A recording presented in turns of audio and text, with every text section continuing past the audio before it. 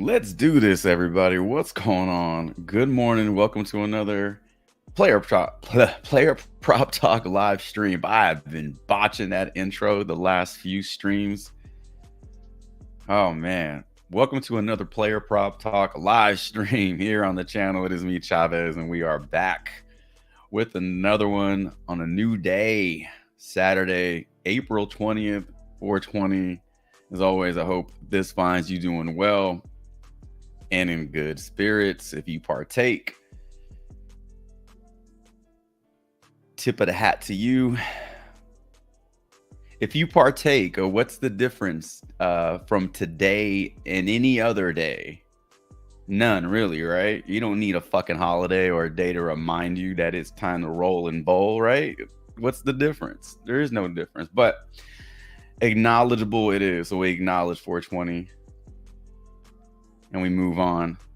Hope everybody had a good Friday. Hope that your protected play went well. Mine did not. Mine also has been capped from $20 to $5. I don't know what that's about, but I only can play a $5 protected play now. So it's not even fun anymore. It's just like, thanks. Great. I got $3 in promo funds. Whoa, what am I going to do with that shit? I got to play. I can't even play $3. It got to be a $5 minimum. So figure out what to do with $3 in promo funds. But yeah, protected play did not go well for me. It's all good. It's all good. Did all right yesterday in second half slips for the Heat and Bulls. That game was nasty, but there were some winnings in the second half. So I cashed out on PrizePicks and Underdog. Shared a couple slips in the Discord, and that's really it. Hopefully your Friday went well, better than mine, for sure. Ooh, weird weather here in Austin. That muggy, humid, overcast kind of vibe. So it's it looks like it's gonna rain, but then it doesn't rain, and you're just kind of waiting on the rain. I don't know, man. Texas is funny like that. Let's move on. Fuck the weather. Let's get on with the show. Hashtag blessed. As you know, if you've been here before, we start the show off with this nice little fact. Maybe not so nice, but true indeed. Over 10% of the US population dies in their sleep every single day. If you hear my voice, if you see this stream, then you are not dead. Hashtag blessed. Treat yourself today. Do something nice for yourself, then do something nice for somebody else. In that order. Look out for you. Take care of you before you take care of somebody else. It may sound selfish, but it's really not. It's just called self-care, self-love. But go do something nice. Take care of yourself. Enjoy your day. Hashtag blessed. And we move on to some turds of the day. Yesterday turds. Any turds from yesterday's play-in games? Any turds from yesterday's MLB games? Any turds at all? Throw them in the chat. If you're new to the stream, I say welcome. We talk death and turds here on the streams.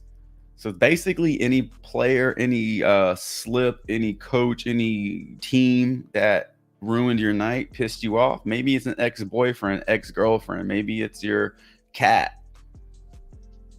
that pissed on your couch or something. Do cats pee on couches? Whatever it is, throw it in the chat. Let's talk about it, and then we'll move on. We'll move on to some player props today. But first, we got to talk about our turds from the previous day.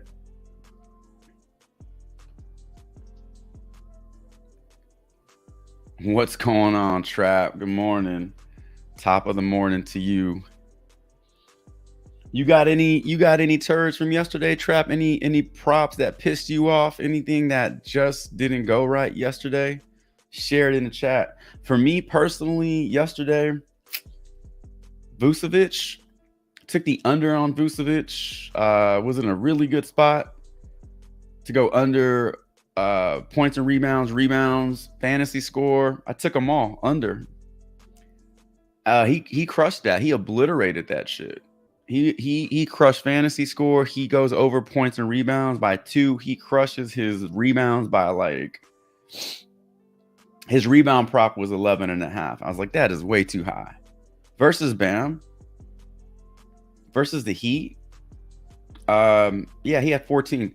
Listen, what was going on yesterday is the Bulls were running the pick and roll switch with Jovic and Bam. So Vucevic was basically being guarded by Nikola Jovic the whole fucking game, and he was just brutalizing him in the block. Like, he got any shot he wanted. It was ridiculous. And then he got a little hot from three. Also, 2 for 5. 7 of 17 from the field. Man, he destroyed Jovic. So Bam really didn't play a part in that game at all in terms of defense. He didn't really he wasn't really guarding Nikola Vucevic, which is pretty smart. You know, get the weaker matchup. So yeah, no chance in hell Vucci mains things under any of his props if Jovic is guarding him. But that was my big turd. Trap says Sabonis. We talked about Sabonis yesterday a little bit, under on his rebounds. You took the over on his rebounds or assist. He had a pretty good overall game. 23, 14, and 7, 58 fantasy points. He had 4 blocks and steals. I think his assists were a pretty popular play. I think they were at 8 yesterday, a pretty low number. Got 7. The Kings made that score respectable. That game was a little out of hand in the fourth quarter. It was kind of going nowhere for him, and he managed to get it back within 7, but a loss is a loss. What's going on, JR? Good morning to you. Happy 420. It says turd of the day, CJ effing McCollum. Never in life betting on him again. At some point, you'll have to if they make it past the first round. As the player pool gets condensed, you'll have to like play those props that you soar off of. It sucks, man. You're like, oh. Yeah, man, another bad game for him. We talked about yesterday. He just had a very bad shooting night the day before or the game before. And, you know, we talked about bounce backs and whatnot. But 4 turnovers, 3 blocks and steals. He had 7 points, 2 boards, 3 assists, 3 for 8. Man, he just really didn't shoot the ball a lot. I don't know what's going on with him. The game before, he just couldn't hit a shot. This game, he just didn't take a shot. You had Brandon Ingram finally getting back on track. Looked real good yesterday. Took the over on his first quarter points. I don't know who brought that up in the chat, but it goes over that. Goes over assists, goes over rebounds, goes over points. Crushed it. We talked about if he gets his full run, he should be in a good spot. But if they're going to roll his ass out there for another 20, 22 minutes, there's no way in hell he goes over his props. So 37 minutes for Brandon Ingram. Valanciunas looked awesome. I know he's a liability in terms of just mobility and speed and all that bullshit, but man, he's unguardable in the paint. The size mismatch was there. Sabonis can't handle him. It was evident really, really early on. He hit his first half PRA in the first quarter. We talked about that. Yeah, that was just a mismatch from the jump. Yeah, we got some turds. So McCollum, Sabonis, and Vucevic. What's going on, Ruben? Good morning to you, man. Good morning. Is 10 a.m. in Miami, right? Is that considered morning? Kind of, yeah, right? Anything before 11 a.m., in my opinion, is morning. And then 11 a.m. is afternoon. Pretty much. All right, no injury news today. Okay, no injury news today. Well, the only name on the injury report was Joel Embiid, who's questionable. I'm not going to create a slide for one name. Joel Embiid is questionable. You bet your ass he's playing today. Give me a break. He's playing. He'd have to have his leg amputated to not play.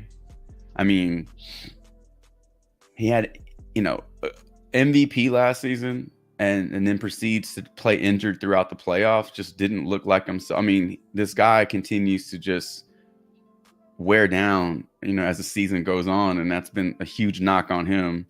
I'm sure he's ready to prove everybody wrong and make it past the second round of the playoffs. So I expect him to play in every single game.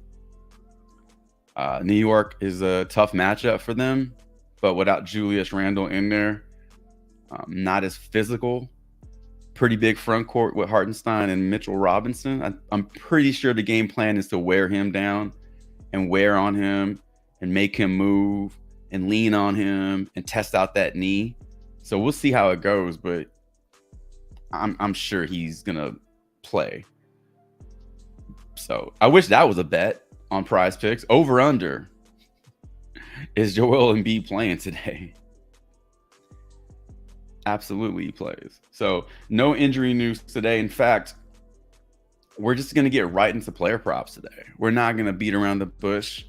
I started a few minutes early, so I wanted to fit in as many player prop questions as possible for today's stream. So let's do it. We're going to transition over to the PrizePicks dashboard, but we will take player prop questions in the chat.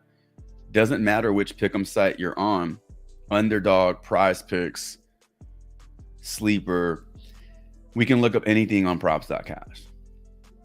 The reason I bring up the PrizePicks dashboard is because it is the prettiest, is the nicest, it is the easiest to navigate. It presents well on video and stream.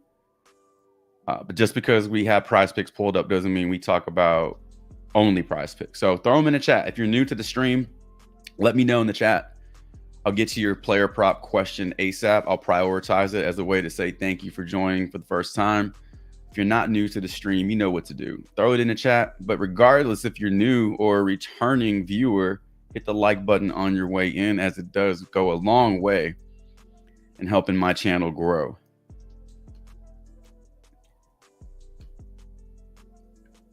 All right. Ruben says 305 rocked the house last night. Man, they beat the shit out the Bulls, dude.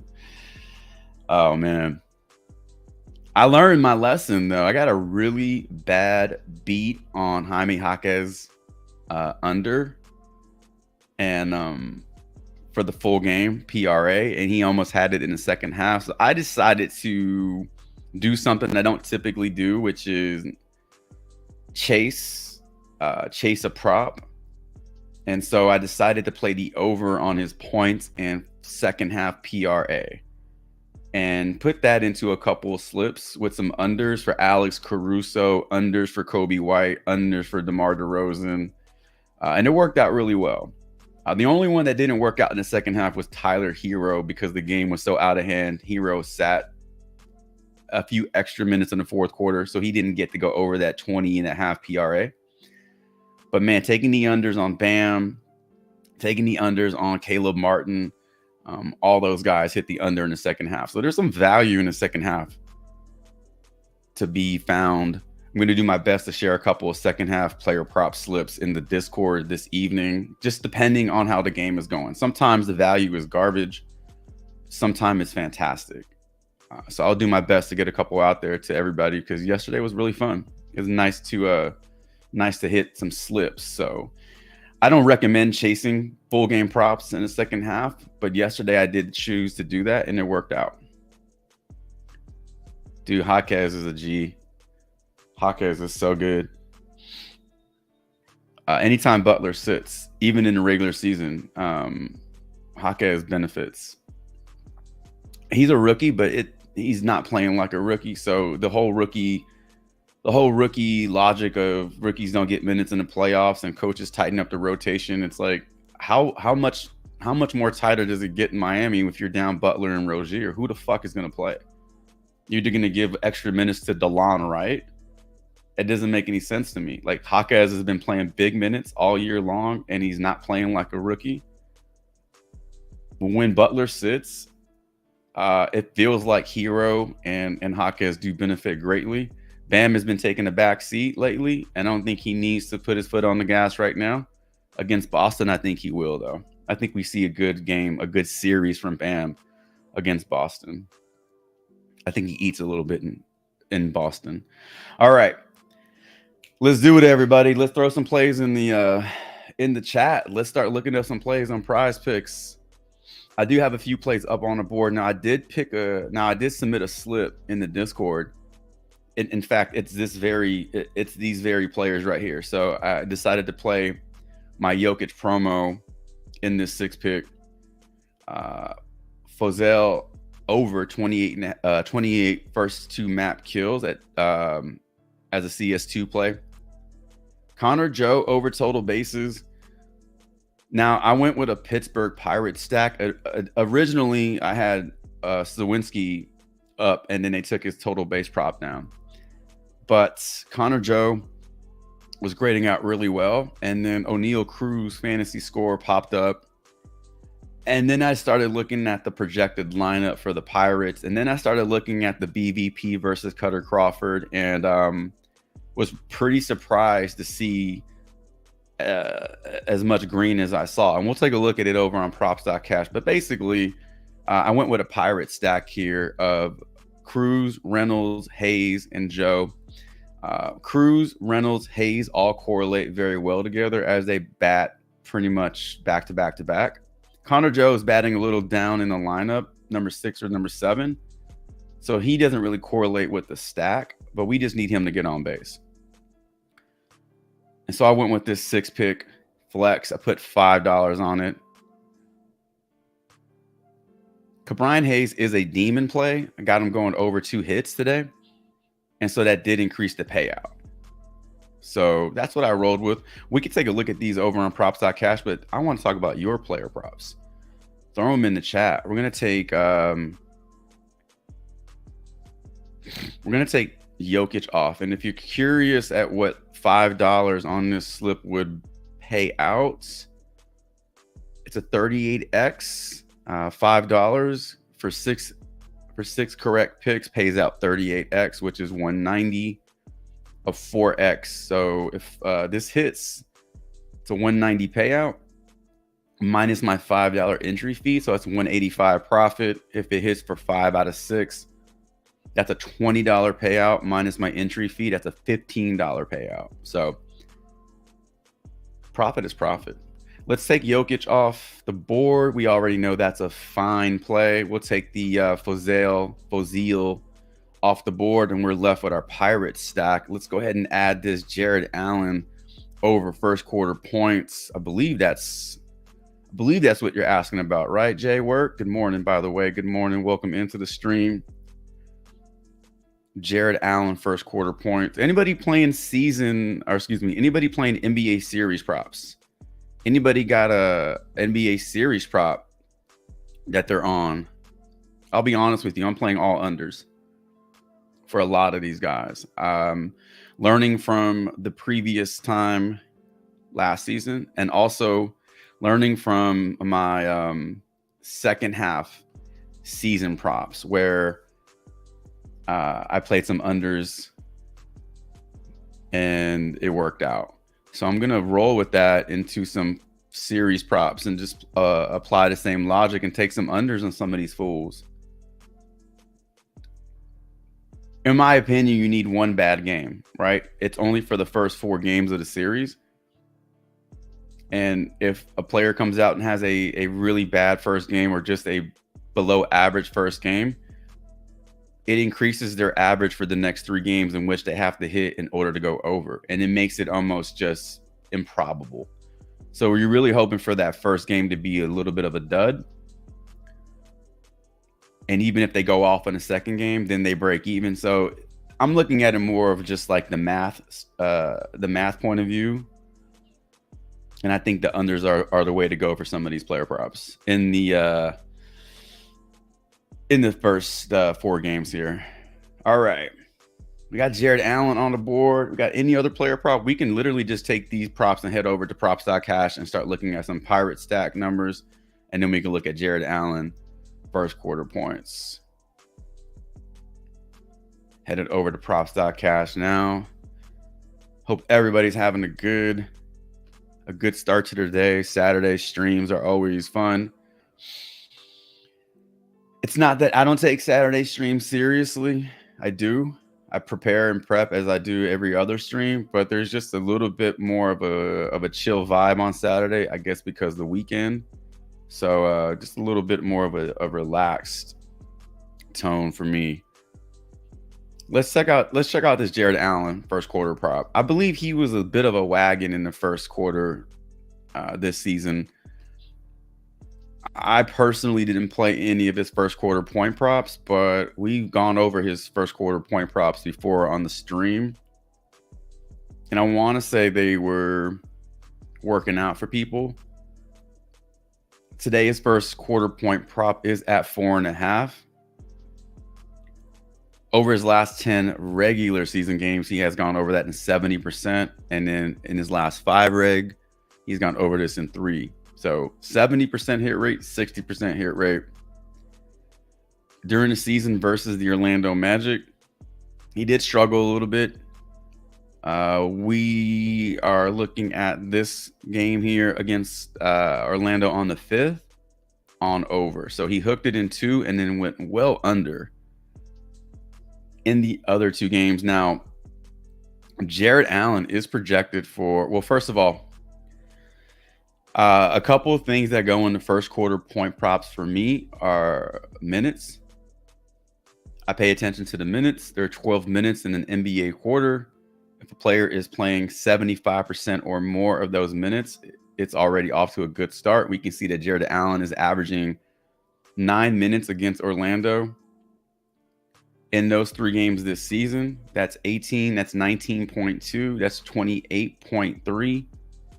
28.3 divided by 9 is a little over, or by 9 is a little over. 28 divided by 3 is a little over 9 minutes. So yeah, he's in that 75% range in terms of minutes played. And then the second thing I look at is just the shot volume. Is the shot volume there? Are we dealing with a person or player that is playing 9-10 minutes in the first quarter, but they're just standing out there, or they're just out there for defense? So we know that Jared Allen is putting in the minutes. And then in terms of his shot volume, we know that it's Donovan Mitchell. He eats first and he eats a lot. And then it's almost just kind of like a mix of maybe it's Garland, then Mobley, and then Allen. Or maybe it's Allen and then Garland. And then it could vary. But over his last 10 regular season games, 5 field goal attempts, he's making 3 out of 5. Now, if Jared Allen takes 5 shot attempts, and they're probably going to be pretty close to the rim, so high percentage shots, if he's making 3 of those, that's a 60% hit rate from the field. That's 6 points right there. So the things that we look for are present in this. So if you want to take the over on his 4.5 points, I think it's a good spot. It's a tough matchup, and he hasn't done well in this matchup versus the Magic during the regular season, but playoffs are a little bit of a different vibe. All right. So I don't mind that one at all. Jared Allen over his first quarter points prop. All right, let's take a look at some welcome in. I got 15 viewers on the stream. The last time I saw that, it was at 7. So welcome in if you're new. If you just joined the stream, appreciate you being here. Hit that thumbs up. Also, leave me a question in the chat. I'll make sure I get to it. If you are new, tell me that you're new, and I'll make sure I get to your question ASAP. All right, let me show you what I was looking at for this pirate stack that I made. Now, maybe you don't want to play a pirate stack, and that's cool. You don't have to. But I'm going to show you what I saw, and that's why I decided to roll with this pirate stack. Now, initially, I didn't set out to make a pirate stack. It's just how the value was presenting itself on the boards today. And then I just kind of filled in the blanks with the other 2 players, and I thought, okay, this might work out. So Pirates hosting the Boston Red Sox. So let's start with O'Neal Cruz, because he's batting at the top of the order. He's either batting first or second. So we take a look at O'Neal Cruz today, and he's in a position, just looking at his hits today, at 0.5 hits, minus 190 to go over. We talk about this all the time. We don't usually see a number that high, but when we do, we pay attention to it, because it's not telling you that this guy is going to go over 0.5. It's telling you that he's going to go over 1 or 1.5. Like, that's a super high number. looking at his fantasy score today. So if he gets you 2 hits, that's 6 points. If he gets you a double, that's 5 points. So we're looking at in that 5 to 6 range with just hits alone. If he scores a run, there's your 2 points right there. So that's 7 to 8 fantasy points. He's not really projected to drive in any runs today, and that's okay. Not to draw a walk. And then stolen base upside is there, but we haven't really seen it to start the year off. Now, what really stood out to me about O'Neal Cruz is his matchup today with Cutter Crawford. So, well, matchup today versus right-handed pitching. So he had one game against Cutter Crawford. He didn't have a whole lot going on in that game.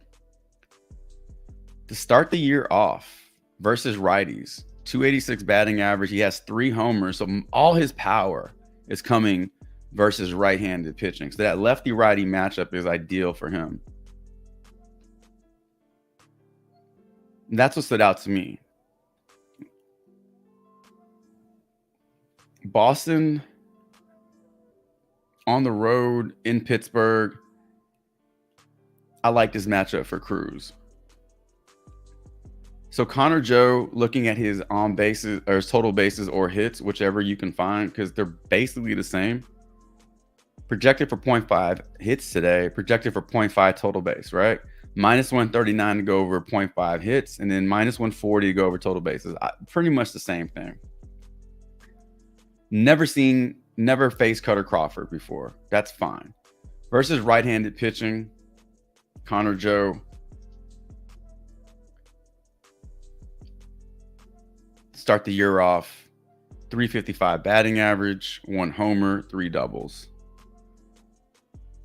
Cutter Crawford versus righties. There's not a whole lot of sample size here. I mean, we're only talking about a few starts here. So I'm paying more attention to just the matchup for the hitter here. Brian Reynolds was the one that popped out to me, and that's why I decided to put him in the stack. 3 plate appearances, 1 single, 2 homers, and 2 RBIs, okay? So he's not just hitting, he's hitting the ball out the park. This is not sustainable over the long haul, but that's fine. The sample size is small, but it's a good one. Brian Reynolds is a switch hitting batter, so he can bat from either side of the plate. Facing a righty in Cutter Crawford this season hasn't looked all that great. Last season, majority of his power came against right-handed pitching. Cutter Crawford struggling a little bit average-wise against righties. Again, still small sample size.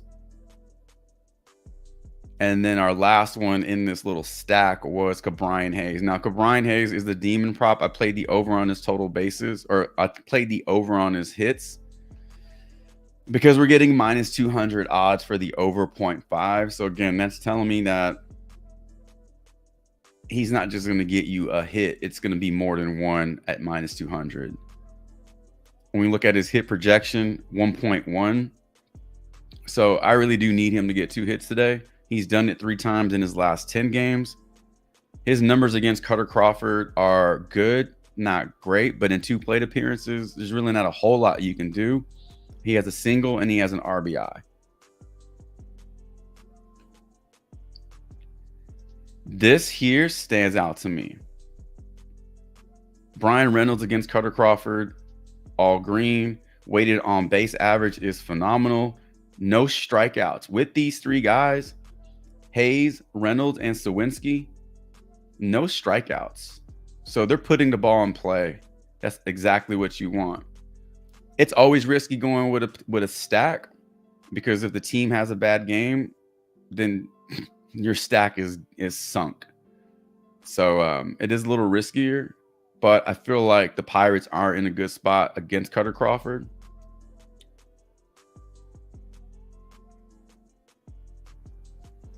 And we hope that it works out so I can get my 38X today. It's still very early. I plan on making more slips, but that's the first one that I made today. It's the first one that I put in the Discord, and we'll build off that one. It's all based off value. It's all based off what's available to me. I don't force anything in there, and I definitely don't play picks that people tell me to play because they have a gut feeling. So it's all based off research, and if the research isn't there, if the data's not there, then I don't play it. All right.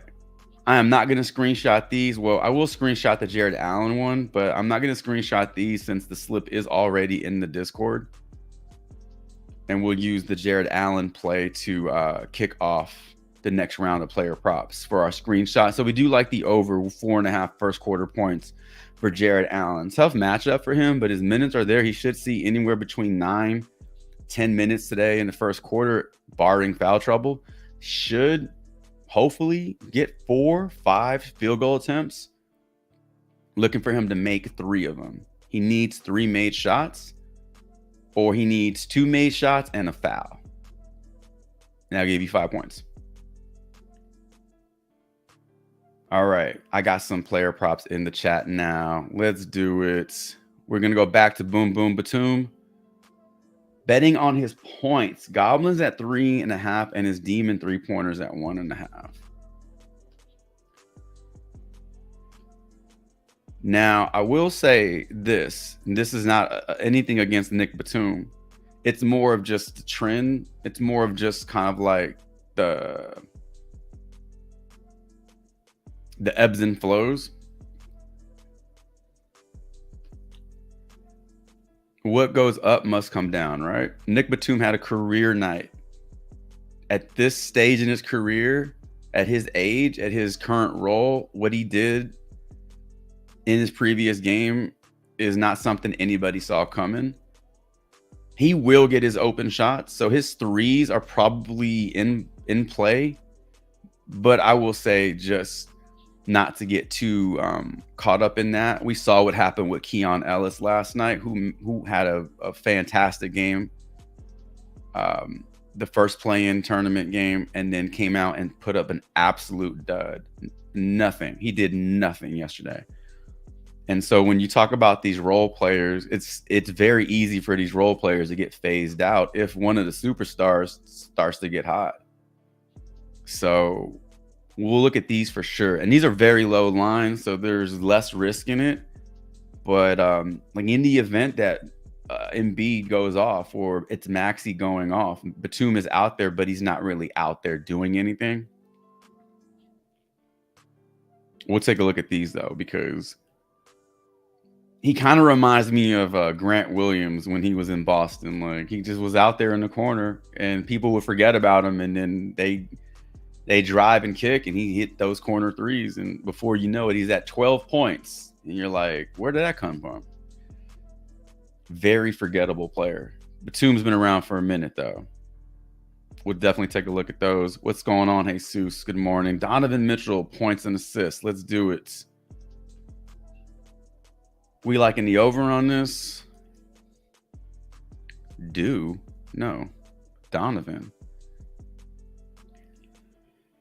Has anybody had success with the stars? Have you hit a perfect lineup and have you got your payout boost? If you have, let me know in the chat what that looks like. Is it worth it playing these stars? I have not got a sweep yet, so I can't speak to it. Points and assists for Donovan. Dono. There you go.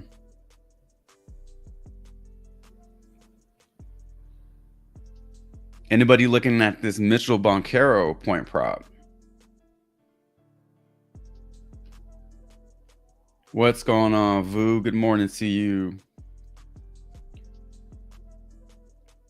Herschel Walker Jr. What's up, man? Good morning. Welcome in. J Work says Allen's points are normally 5.5. Don't know why it went down. Probably the matchup. Just the matchup is gross, you know. Orlando can roll out some bigs. I mean, you can match the Twin Towers with Wagner and Wendell Carter Jr. I'm pretty sure we'll see that lineup this game where they just match size and let them beat each other up, you know? It's just a gross matchup. I'm sure that has a little bit to do with why it's dropped, but you offensive rebound, put back, there's 2 points. You know, little hook shot in the post, there's another 2 points. You get fouled, there's 5 points, right? I mean, it can happen in a heartbeat. So 5 points is not that crazy of a number for Jared Allen.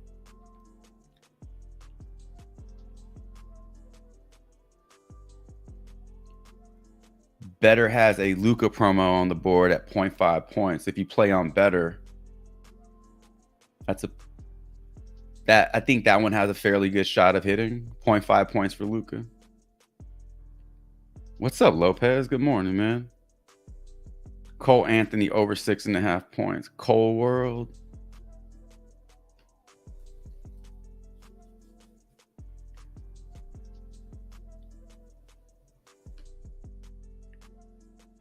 Got it. Jesus says, I've gotten 1 star, and that was Embiid over 1.5 threes made. They give out 10% of the bet winning. I bet 10 and got back 30 plus 3 in credit. Nice. Very cool. Very cool. What's up, T? Good morning. Jesus said, Keon shit the bed, not going crazy on Batum, but I'll be putting 10 on it. Yeah, definitely don't go crazy. But I mean, put it in a flex for sure. Don't power that shit. And that coffee is gone. All right. We got 5 up on the board. Gotta sneeze. All right, we got 5 up on the board. Let's do it. Actually,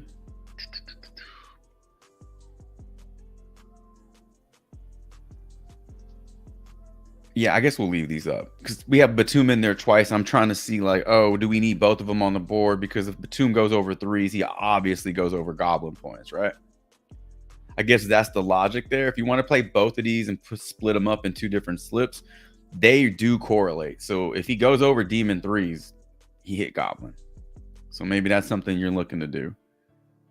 All right, we got Allen and Cole Anthony in the same. No, we got Allen, Mitchell, and Anthony in the same game. And then we'll look at Batum.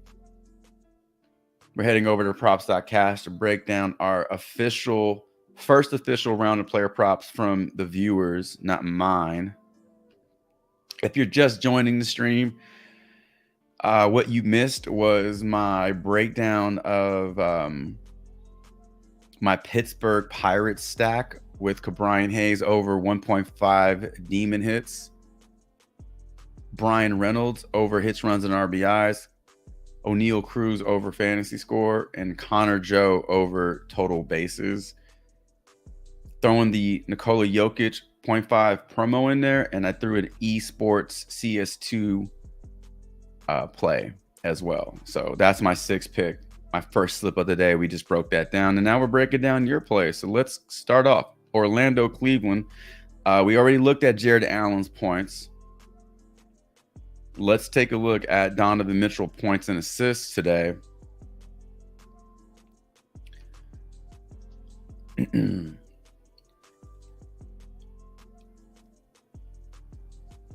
So let's look at his points very quickly and just take a look at what his projections are and what his odds are looking like. So he's projected for about 23 points on a 25.5 point prop, not 24, 25. At 25.5 points, we got unders across the board. Not too many books are high on the over. At 24.5, you are getting some favorable odds. So if you feel like he has a good game, definitely look for the lower line and just help yourself out a little bit. If you absolutely have to play it at 25, we're about to talk about it. Back-to-back games of 25 or more. In these 2 games, numbers against the Magic, we'll look at what we can over this course of the year. We got 3 games to look at where he hooked it over in 1 and then under in 2. So 1 out of 3 games he's gone over this line.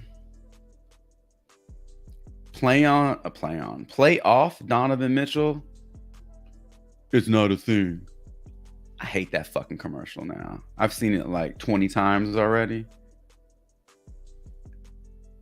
Playoff Mitchell, playoff Tatum.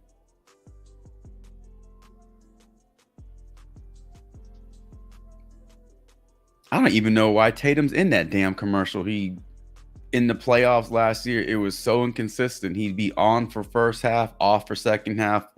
That one game where he didn't score a point until the fourth quarter, it was just fucking weird, man. Like, I don't even know why he's in that damn commercial.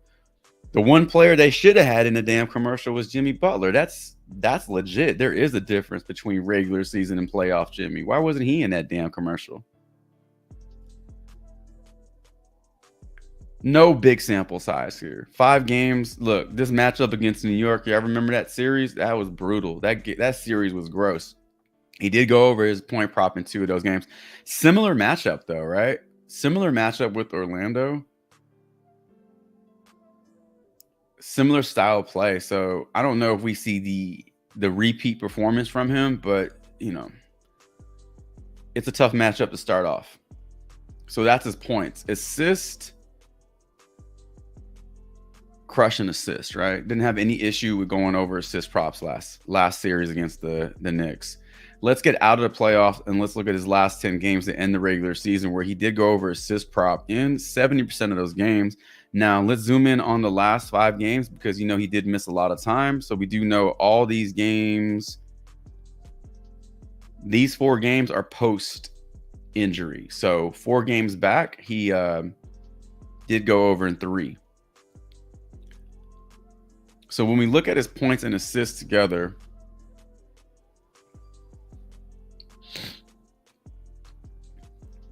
we got a few different things to look at here. So we know his points and assists are at 30.5 on PrizePicks, so they are a bit higher than what you're seeing on the screen. DraftKings has it at 30. So pretty much DraftKings, BetMGM, PointsBet, all 3 of those books have it at 30.5. Much like his points, they all like the under on his points and assists. So he is not getting any support from the books. His projection today is 29 points and assists. So they got him going under by 2, basically, because he needs 31 to get this. Now, 2 games to end the regular season on a super high note. Matchup against the Magic.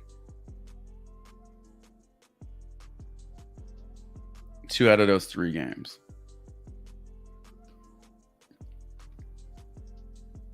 13 assists. Last time he played the Magic, way back in January, 13 assists. If Donovan Mitchell goes out and gets you 13 assists, it's going to be very difficult for him to not go over this. I mean, he'd have to have like a terrible shooting day. He'd have to score 12 points or some shit like that. I mean, if Donovan Mitchell goes under point prop and gets you 22 and goes out there and gets you 13 assists, you're good on the points and assists. It might be the best play might be to go combo on his points and assists, because he does have such high upside for his assist. So if he does have a lower scoring day, we can see him make up for it in assist. Versus taking the point prop alone. And if he just has a bad shooting night, you're screwed. You're screwed. So maybe points and assists, that is the best way to go for his prop. Or you might want to just go with his assist. I don't think they're at 4.5 anymore. Not with minus 158 odds to go over. They're probably bumped up to 5. If they get bumped up to 5,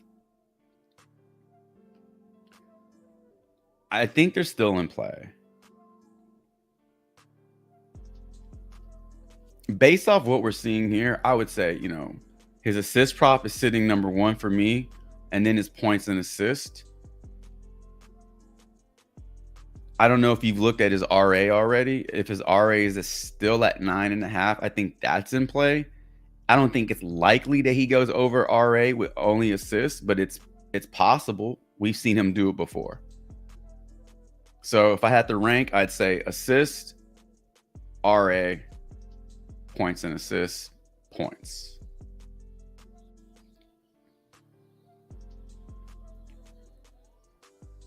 Let's take a look at Cole Anthony. This might be the first time we've ever looked at a Cole Anthony prop on the stream. But during the playoffs, we'll be talking about a bunch of players that we don't typically talk about, because as the player pool gets more condensed, we'll be forced to talk about shit that we didn't talk about in the regular season.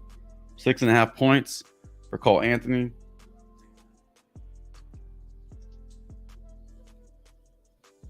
Fully healthy Magic squad, right? Everybody's ready to roll. 3 straight games to end the regular season, going over his point prop. 43 total points in 3 games. It's almost 15 points per game, right around 13, 14, something like that. It's definitely more than 6. Head-to-head matchup with the Cleveland Cavaliers.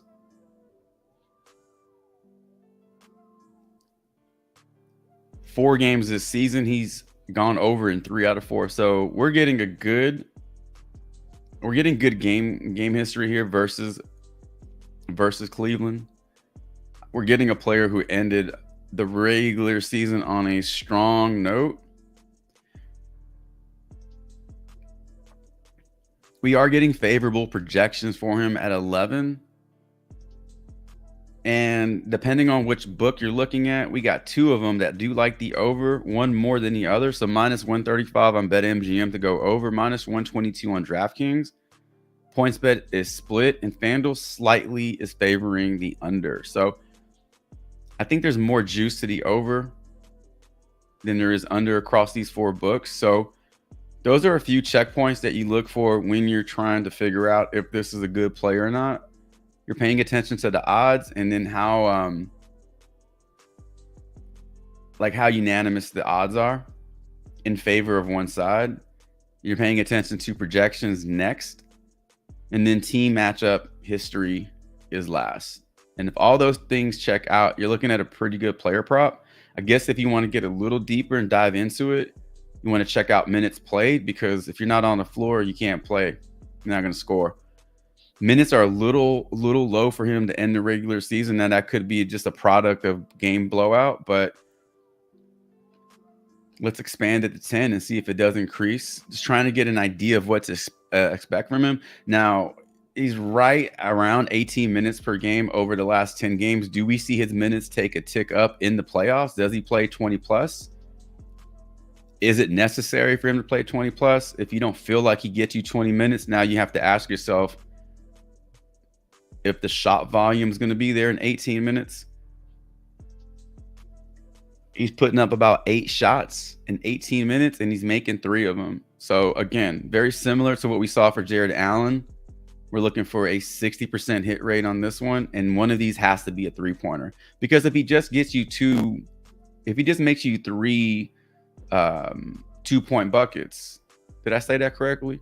If all his shots are from the field with inside the 3-point line, how about that? That's only 6 points, right? That's not going to get it done. He's going to hook it. So one of those shots has to be a 3, or he needs to get fouled. Based off this, he's making 3 in the 3 per game. He's making 1 3-pointer per game based off of this. So that's what you need. You need him to hit a 3 and score 4 more points. 6.5 is a really low line for him. I think that one's fine. That one's good.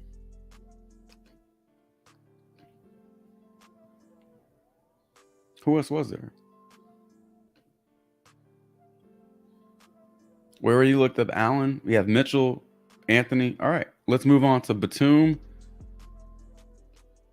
Nope. There we go. Yeah.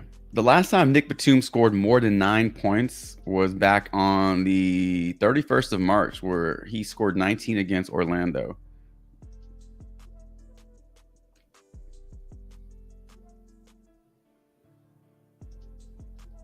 that game, that last game versus the Heat, that was a season high for him, 20 points. So we're looking at him to score more than 3.5. So he needs 4 points to go over his goblin.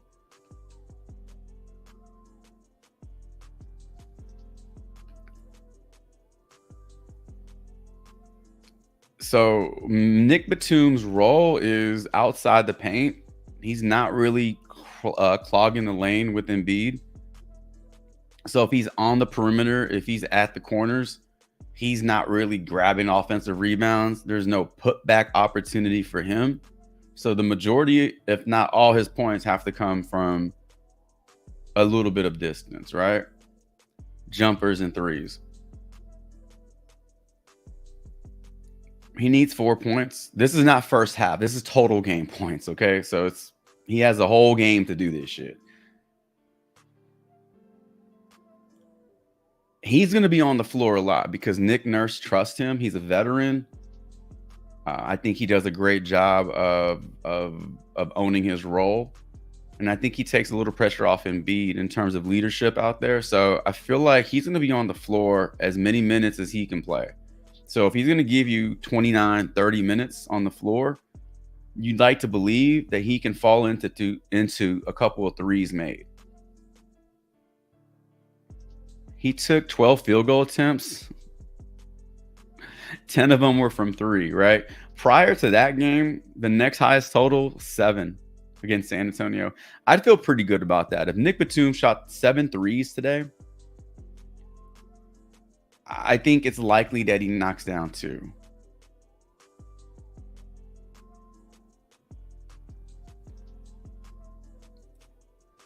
So I don't know. I don't think his demons are. I don't think these are risky plays because you're focusing on a point prop and a threes made prop, and that's really all he does. Now, if he misses all his threes, then you're screwed because he's not gonna. More than likely, he's not driving to the paint. They're not feeding him in the block. So it's almost like threes are nothing for him. But again, if you like what you see on his threes and his points, then maybe you want to play both of those props, split them up into 2 different slips. Because if he goes over threes, he goes over points. And then you check the box on both of those. He is projected for 1.78 threes made today. Now his odds are terrible at -188 to the under, plus 146 to the over. I'm pretty sure his odds were terrible last game too. He just needs 2. He just needs 2 threes. It's risky, but I think you could take a shot on it. Split them up.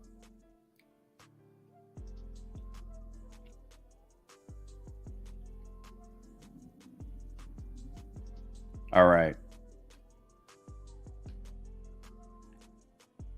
All right. So we already like Jared Allen, but we're gonna screenshot it. Batum over both of these props today.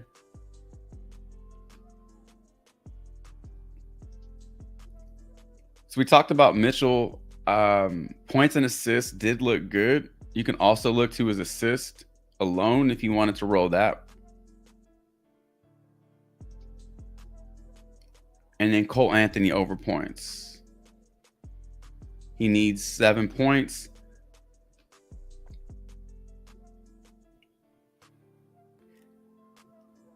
All right. Let's take this goblin out real quick. If you decided to, you would need one more to make a 5 pick, but just looking at what the demon prop can do in terms of payout boost. On a 4 pick flex, your payout boost is 5x, or excuse me, your payout is 5x. With the demon in there, it's an 8x.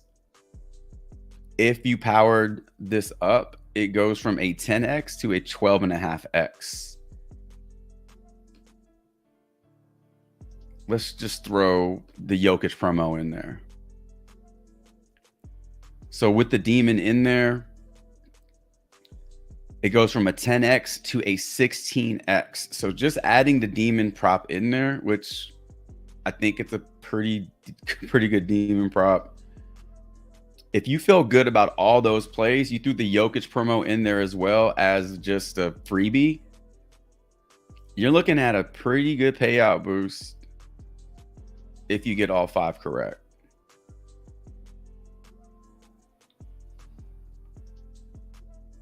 I'd take a 16x over 10x every day of the week. All right, starting another round of player props today. We've already gone through 6, 7, 8 props. Let's keep it going. What's up, Steven? Yeah, 22 viewers on, 11 likes. Let's get those likes up. Appreciate that, man. Steven with the 190. You know what? I'm going to take that $2 and add it to my promo funds, and I'm going to make a slip. My $3 promo funds on PrizePicks. What am I going to do with that shit?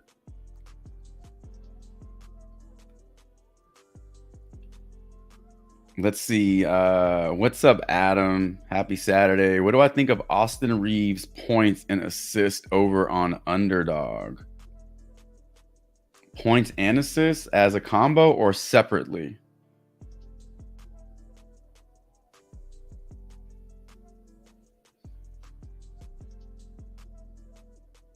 $19.5 points and assists for Austin Reeves, 4.5 assists for Austin Reeves, and 15.5 points.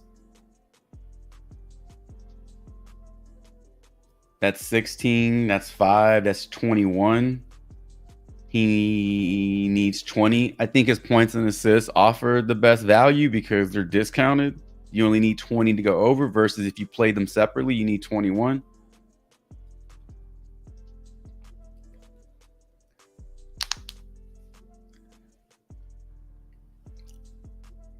Well, if I could spell his name right.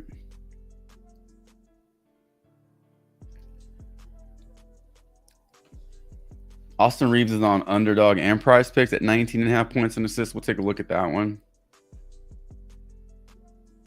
Isaac Okoro has a demon of 5.5.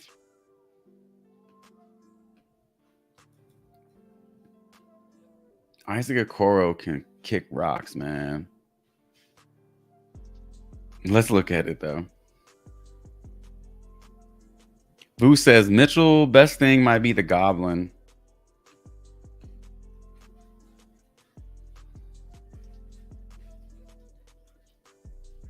His points Goblin? Oh, because you're getting the payout boost as well?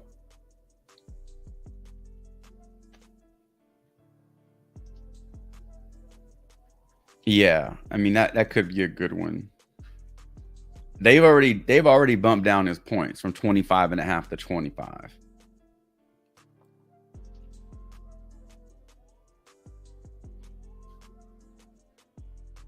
Jesus says it doesn't always work out like I think. I like to think that after a career high, they're gonna give him some more shooting chances. Are you talking about Okoro?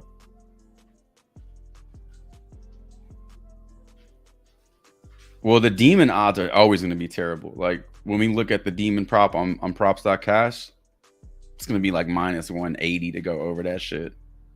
They're always terrible. You're never going to get favorable odds on demons. So don't ever look at the odds and get like mad about that. Or what you're looking for with demon is opportunity and then matchup. Minutes, shot volume, there's your opportunity, and then matchup, you know. But if you're looking at the odds, they're always going to be in favor of the under, which is why it's a demon. It's a risky play, and PrizePicks knows it. It's going to try to take your fucking money. But today, you're going to be like, bitch, give me my money and give me your money too. Give me your lunch money. Give me your milk. Yeah, we got Reeves up there. Biggest opposition. What's up? Good morning. Oh, you're talking about Batum. Gotcha. T says Mo Wagner over PR. I always assume that it's over.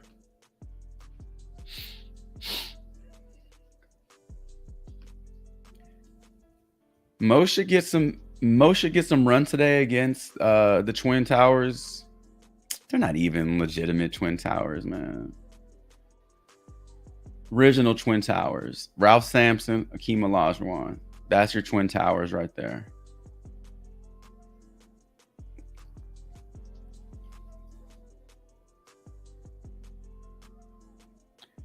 And they call the Twin Towers Cat and Gobert the Twin Towers, and Cat's a fucking point guard shooting threes all the time. That ain't no damn Twin Tower. It's like a tower and a mid-rise. 7'1" taking threes. He should be destroying people on the block, man.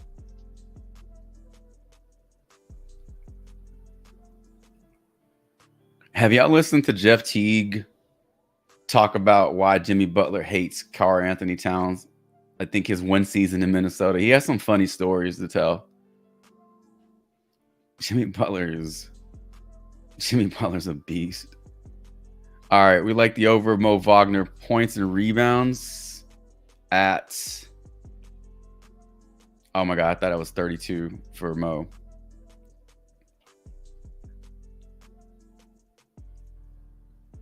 Okay, I don't know why I'm doing this, because it's double the Wagners because of Franz. 11.5. All right.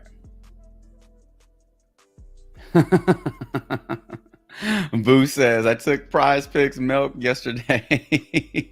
6-man and 4-man, 400 profit. Hell yeah, man. Congrats. Give me that fucking milk.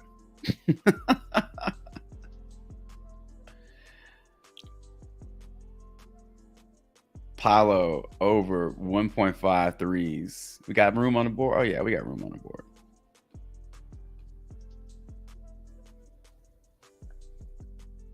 I remember in middle school where it was like we had the tray lunches.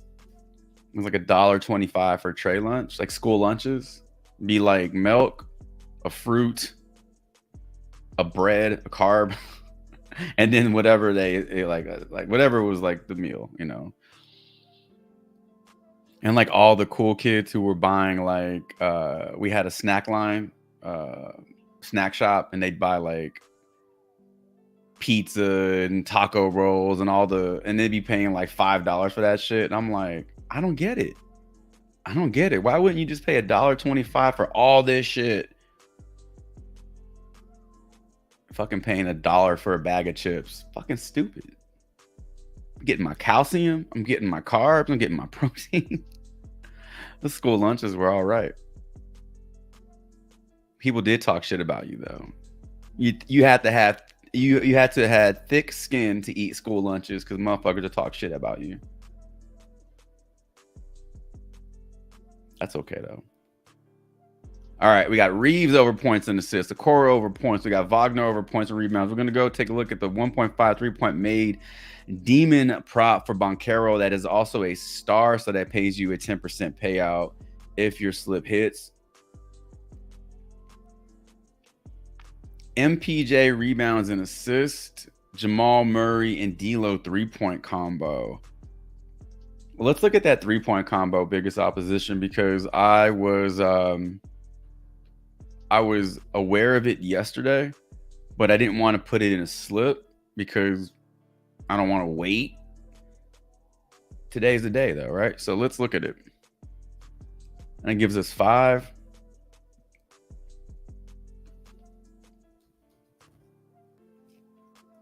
So a few plays that are in play for Michael Porter Jr. On underdog, his first quarter points at 3.5. You can look at his rebounds at 7.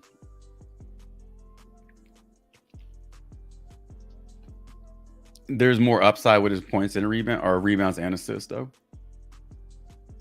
All right, let's do it. Let's get this show on the road. Let's who can we group together? Wagner, Banchero, and Okoro. We got Reeves. Perfect. Oh yeah, perfect. We'll go 3 and 3. We'll knock this shit out real fast. Let's go. Hope everybody's doing well. Hit that like button on your way in. Especially if I answered a question for you. that like button.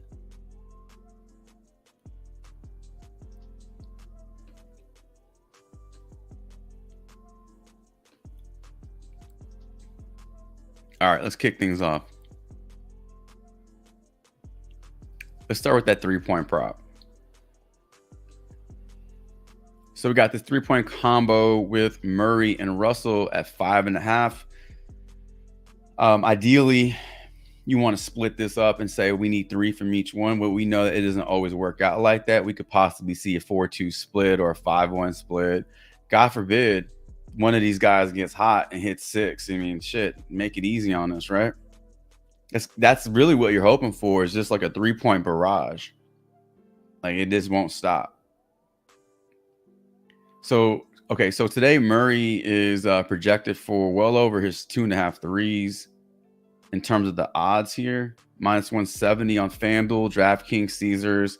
You're getting some crazy good juice. Now, look, we saw similar numbers with Kobe White yesterday, who absolutely had a drop-off from his previous game. We kind of saw that coming, right? I mean, we took a look at his games where the follow-up game after the game he goes off, and the matchup is just way different. I mean, the Atlanta Hawks, like the worst team in the NBA, just honestly, I know they made it to the play-in, but God, they're bad. God, they're so damn bad. And he went off against arguably the worst team in the NBA. All right. Then he gets to face the Heat. Yay. And they shut his ass off. I mean, 13 points, 2 rebounds, 4 assists, 4 turnovers, and was 2 of 8 from 3. I mean, that's what a bad matchup will do. This matchup for Murray is not a bad matchup. I think it's pretty favorable in terms of what LA's defense is allowing from 3. So we're not looking at the same situation, but sometimes these odds, you know, we got to like dig a little deeper. But anyway, last 5 games, Murray hit 4, 4, 5, and 3. So he went over in all 4 of those games. So he's doing his part. We get a similar performance from him. He's done his role. He's completed his task. Versus the Lakers this year, we're looking at these 3 games, I believe. If this one is this season, but nothing happened here. So 9 threes made in 3 games versus the Lakers this season. That averages out to 3 per game. So that's what you want. He's hitting his average. That's all you need. All right, let's take a look at D'Angelo Russell's threes and where they sit. And then let's do some simple addition and see what the fuck we got. Numbers against Denver are quite the opposite. So not as much success versus the opposition for Russell, where he's only averaging 2 in those 2 games. Over his last 10 games to end the regular season, that's what you want, man. 5 threes in back-to-back games. 6 of those games, he hit 4 or more. Projected today for 3. That's what you want. Good odds across the board for this guy.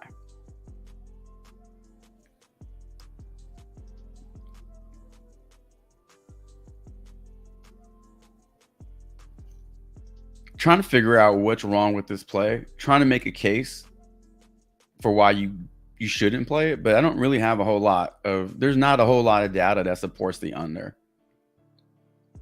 So for what I'm seeing, I think this is a good play. It'll probably get bumped up to 6 or just taken off the board. So if you like what you see, throw it in a slip. Is it a payout boost? It is not. Okay. Let's take a look at Austin Reeves, 19.5 points and assists. Now,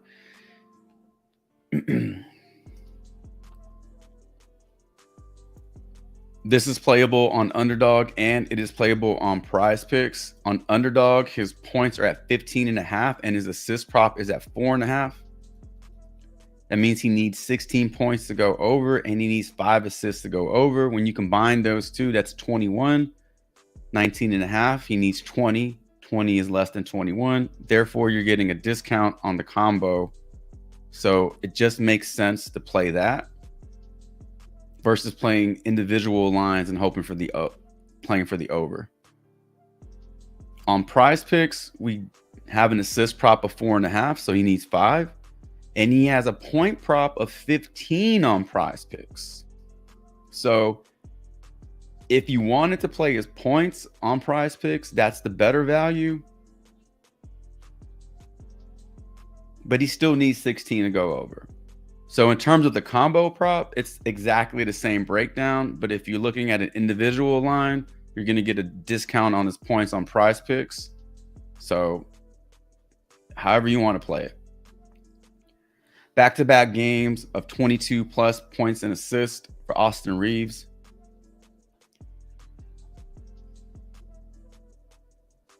Five out of his last 10 to end the regular season, 3 out of 5. Back-to-back games against New Orleans, okay? So he did his job against New Orleans. Decent matchup there, too. I mean, that's not a cakewalk. So he's doing it. In fact, the easiest game of all these games was against the Memphis Grizzlies, and he failed to go over. So it's good to see that he is stepping up to the competition, that he's not, he's not playing small against the better teams. Now, numbers against Denver. We will go back to the playoffs last season, but the final 2 games that you see on this game log here are regular season games where he did get you 25 plus in back-to-back games versus Denver.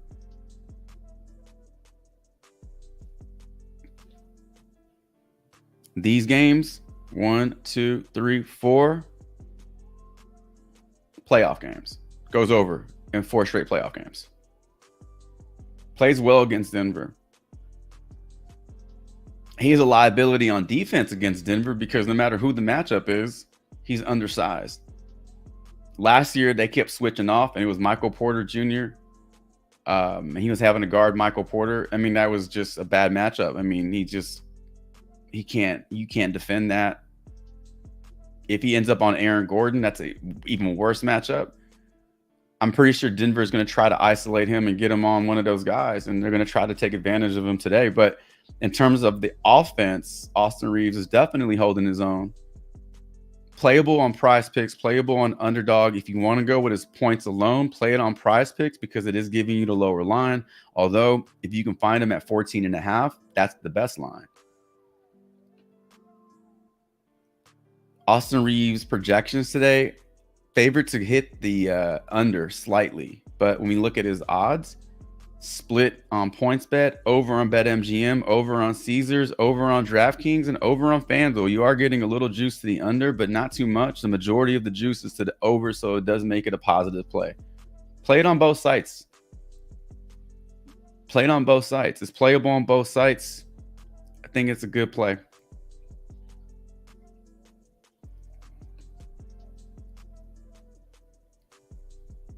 Speaking of Michael Porter Jr., let's take a look at his rebounds and assists.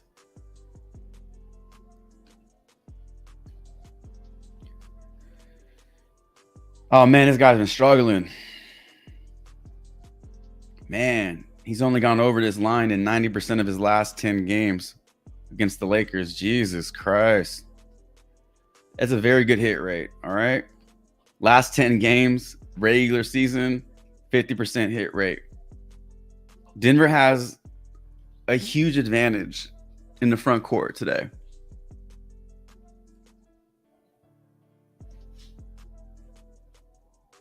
We saw them exploit that during the playoffs. To end the regular season, Denver's just winding down, right? To look at the last 5 games and to make a case of that, there's a big difference between the last 5 games and 5 other games. You got a team that's locking up a top seed. They're starting to just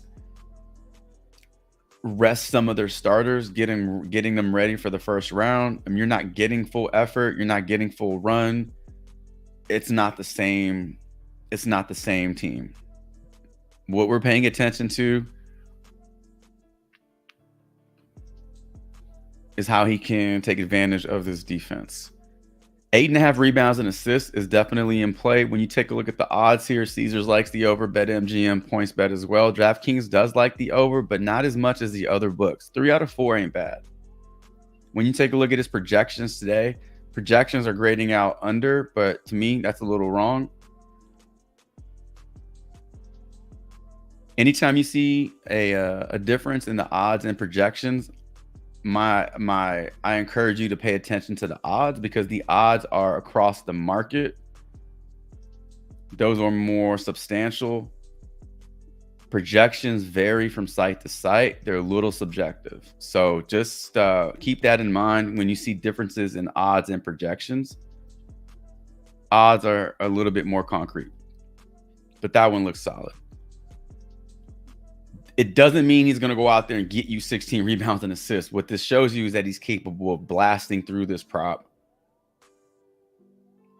More than likely, we'll go over it because we don't have a sample size showing that he goes under versus the Lakers. All right.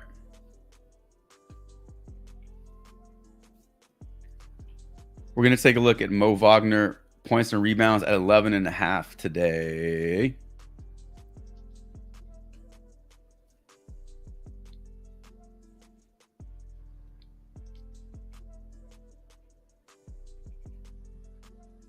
Man, what the hell is that? Okay, so back-to-back games from Mo Wagner of just crushing against Cleveland, right? Last two matchups against Cleveland, he just crushed. In those games versus Cleveland, 19 minutes, 25 minutes, 43, 19 plus 25, 44 minutes, 22 minutes per game. When he's not playing Cleveland, he's still getting it done, but I want to look at his minutes. In 10 games not against Cleveland, he's averaging 16 minutes. So like I said, I do expect him to be on the floor a little bit more today to match up size. If he's on the floor, there's more opportunity for him to produce than there is if he sat the bench. You're getting good game logs against the opposition, positive last 5, positive final 10 of the regular season. When you look at his projection today, he is projected for 15. You only need 12. So I think this one might be a little generous. You can bring it down a couple and you're still over. And in terms of the odds, you're getting split odds on FanDuel, split odds on PointsBet. BetMGM does like it. And then you do have a little bit of juice to the under on DraftKings, but they like the over. So you're not getting like really, really big numbers in favor of the over, but you are getting enough information here to build a case for the over.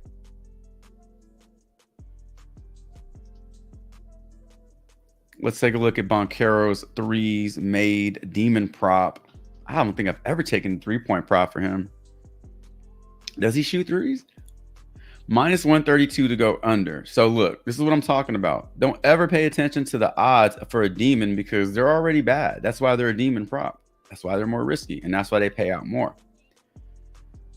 4 out of his last 10 regular season games, he did go over this. That's not a terrible hit rate for a demon prop. We've seen some that are like 0% hit rate. Numbers against the Cleveland Cavaliers this season. Hey man, in 3 games, 4 games this season, he's 1 for 4, 1 for 3, 1 for 4, 1 out of 4 games. Career 3 out of 7, 43% hit rate.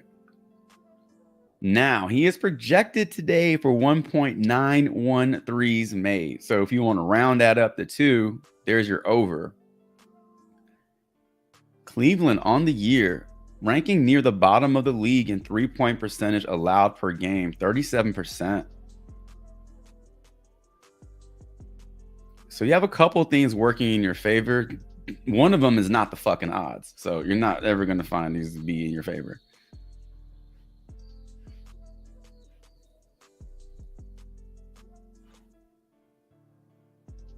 Power forward shooting threes against Cleveland. So let's take a look at this. Maybe this is something you didn't know. Let me hit you with some knowledge. 1, 2, 3, 4. 5, 6, 7, 8. 8 out of the last 10 power forwards who have faced the Cleveland Cavaliers, the Cleveland Clavicles, has gone over their 3-point prop. JT Thor hits it. Siakam hits it. Jalen Smith hits it.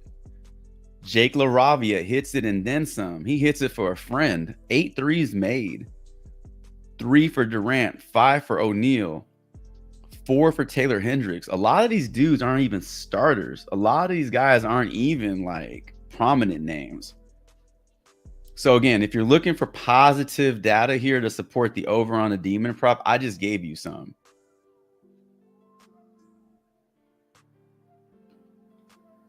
If you were to play this very lineup of plays that we just talked about, Reeves over points and oh shit. See how forgettable Isaac Okoro is?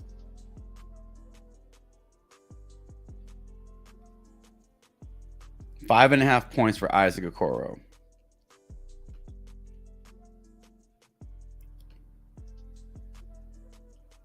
That's his demon prop. So his original prop is at 4.5. Last 2 games against the Magic went for 17 and 8. That'll do it. Last 10 games to end the regular season. Very strong numbers now.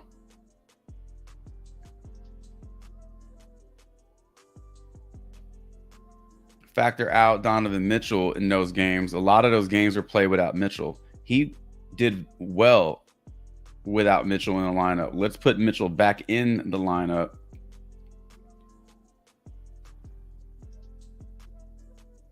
Wasn't Garland out for a little bit also?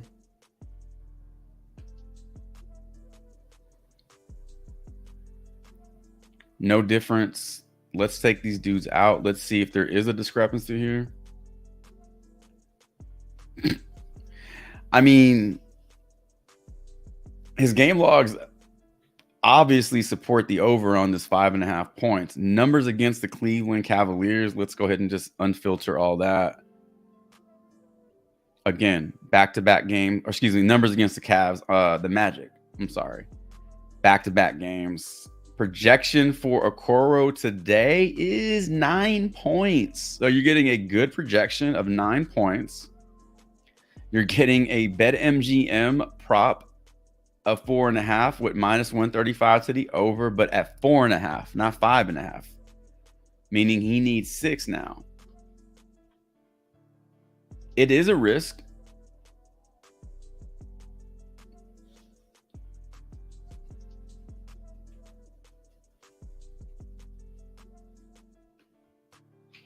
Last 5 games. I'm just trying to get a feel for what kind of minutes you can expect from him today.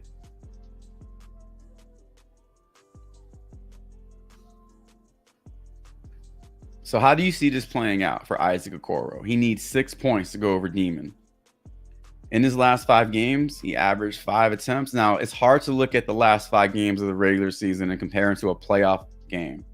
But if you just want to get an idea of what to expect, 5, 6 field goal attempts from him. He's making 2. He needs to actually make 3 to go over 5.5. He's taken 4 threes made, threes in those games.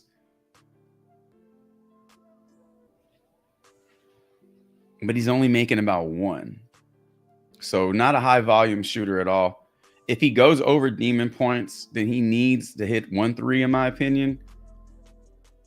And if he doesn't hit a 3, then he's going to have to make all 3 shots from within 3-point line.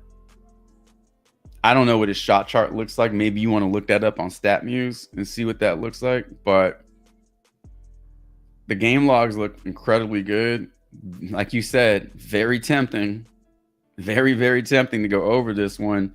If you're going to play it, flex it, because it is Isaac Okoro.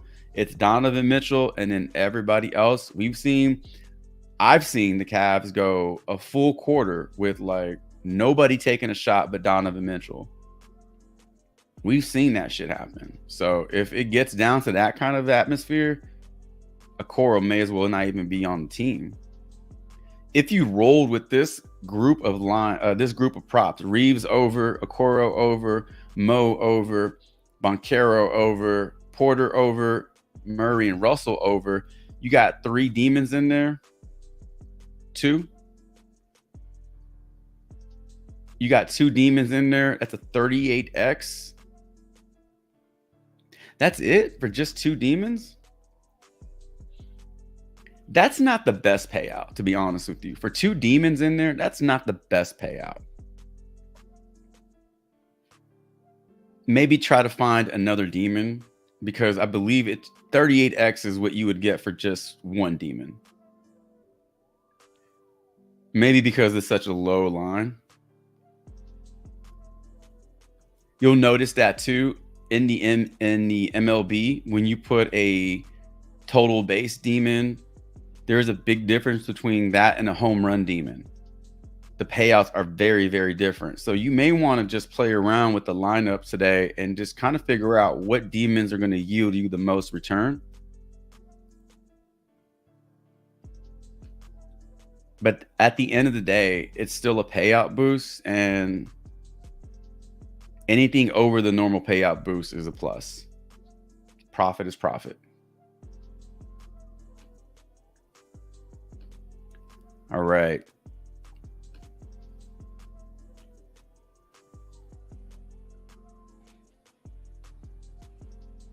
Let's see. Jesus is rolling this out. Jokic discount, LeBron, Anthony Edwards, Jalen Brunson, and B. Paulo free throw. All free throws, all stars. Okay. Taking over on all of them, just putting 5 on it.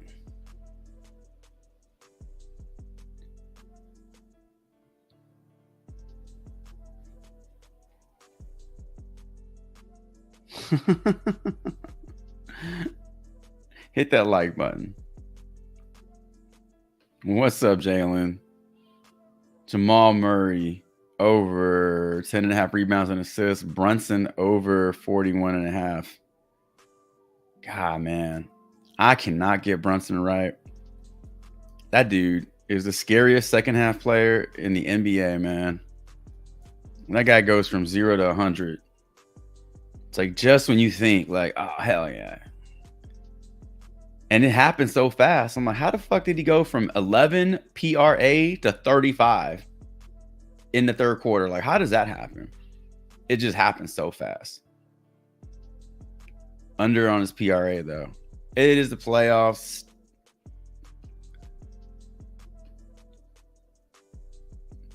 And who else? Murray?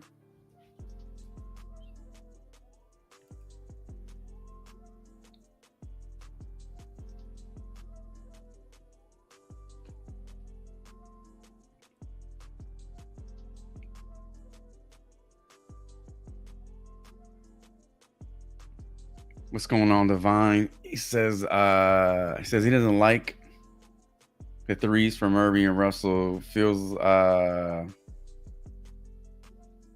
yeah, I feel you there. Brunson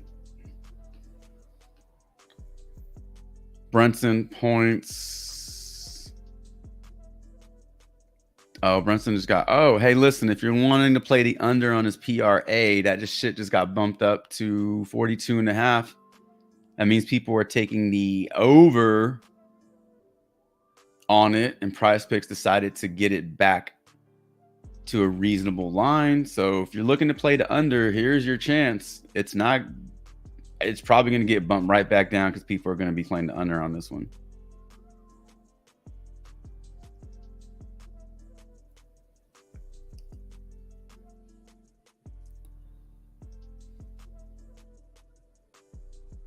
All right.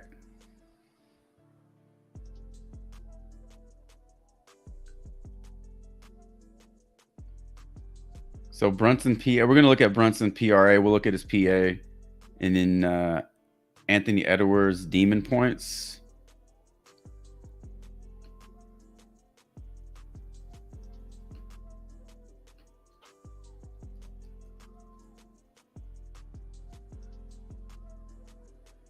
at 29.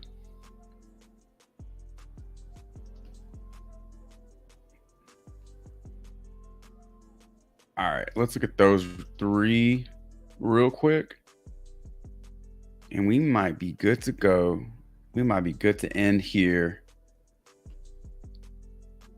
All right, let's get over to the Phoenix Minnesota game. It is very cool to see Minnesota as a top seed this season. What a big turnaround for them.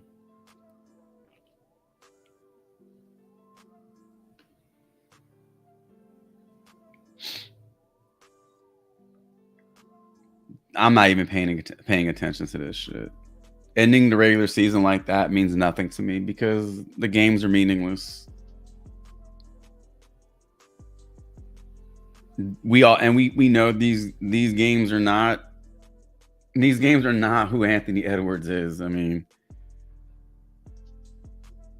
this doesn't deter me at all. If I'm looking to play the over on his props, these 3 games, that don't really matter to me.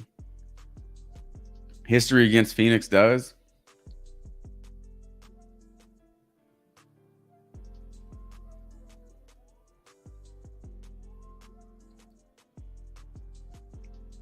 Two regular season games versus Phoenix this season. The last two, 17 and 13. 31-point upside. He's 50-point upside. Playoffs are much different. Just realized I wasn't sharing the screen. Sorry about that, guys.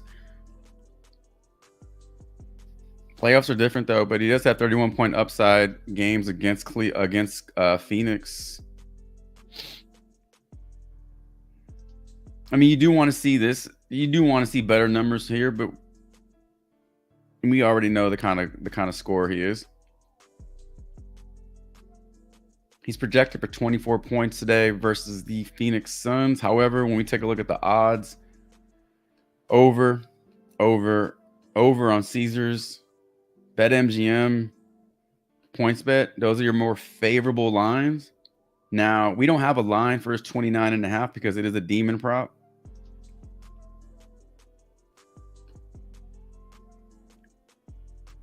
Let's zoom out. Let's go last 30 games.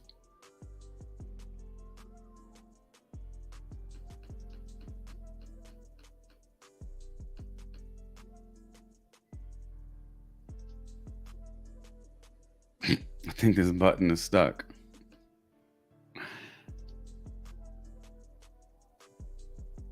What I was attempting to do was show you games where he has gone 30 or more, because that's exactly what he needs today.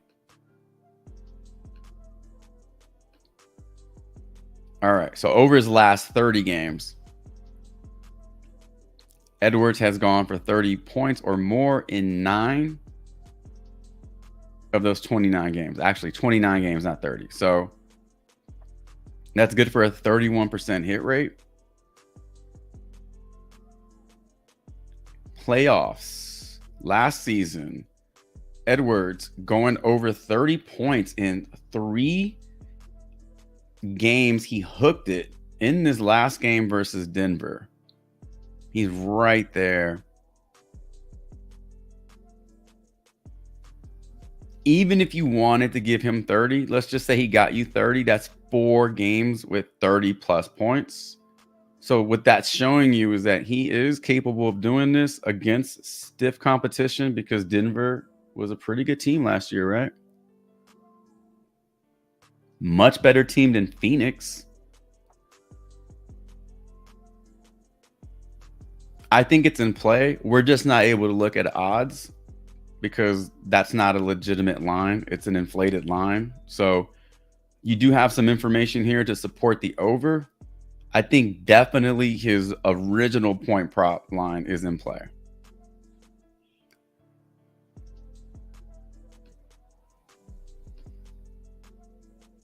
We are going to take a look at Jamal Murray, 10 rebounds and assists, and then we'll look at Jalen Brunson.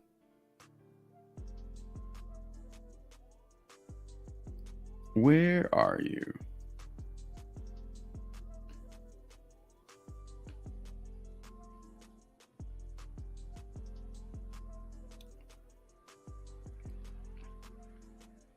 All right, I got the last 30 games pulled up here. If you're interested in seeing what his last 30 games look like.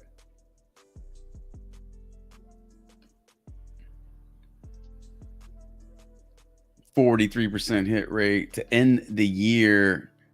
5 games of hooks or unders. Head-to-head matchup with the Lakers. I mean, just absolutely wrecked. Those are some huge numbers. Even though he's hooking it in a couple of those games, 10 rebounds and assists is not, that's not chump change, man. For a guard, no. For a guard surrounded by talent and size, I mean, he's smallest guy on the court, smallest guy on his team. Yeah, it's still impressive. To see him get you 18, 17, that's power forward shit right there. I mean, he's capable of doing this against the Lakers. Playoffs, 2 out of 4 games against the Lakers. Last 10 playoff games, 70% hit rate. We take a look at his odds today. PointsBet likes it with some juice to the under. BetMGM flat out likes the under, as does Caesars, DraftKings. So we're getting some juice to the under on a few of these books, but you are getting some positive numbers on FanDuel and PointsBet.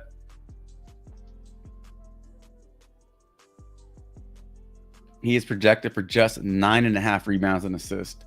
Maybe it's a little too low for him for this matchup. Any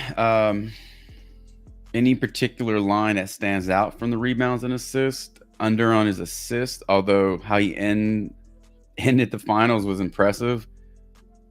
Last 5 regular season games, not so much. Last 5 playoff games, again, big difference.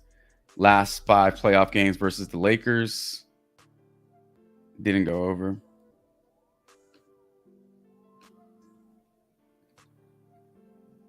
Rebounds? Nah, no thanks. I'm good. Yeah, I think his rebounds and assists are probably your best odds. Maybe first half if you want to take a stab at some first half props for Murray.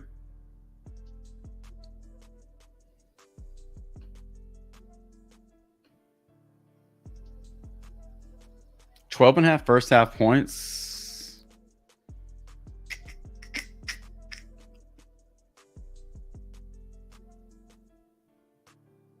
I think his first halves are in play for sure.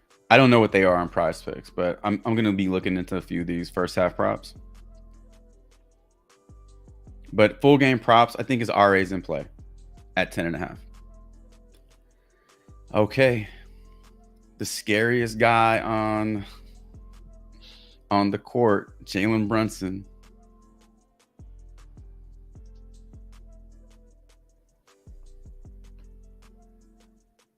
.42.5 PRA. They bumped it up as we were talking about him. Basically, they bumped it up to match what the other lines had. At 41.5 on BetMGM, you were getting split odds. But every other book had it at 42.5 or 40.5. 40.5. Go find it at 40.5. That's a hell of a good line in terms of the odds. Okay, so we have a few different views to look at. His last 10 games to end the regular season, he was 7 of 10. 4 or 5 his last 5 games. Head-to-head matchup with the 76ers. He was 0 for this line this year. Now, it's possible in these games versus the 76ers here.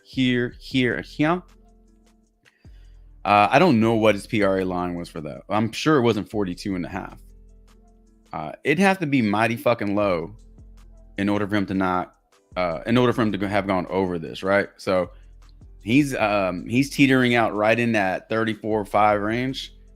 So in order for him to have gone over this, that means his PRA line would have to been 32.5, 33.5, which is way low for him. That's like his points and assist line. So I'm pretty confident that he is 0 for 4 versus 76ers this season.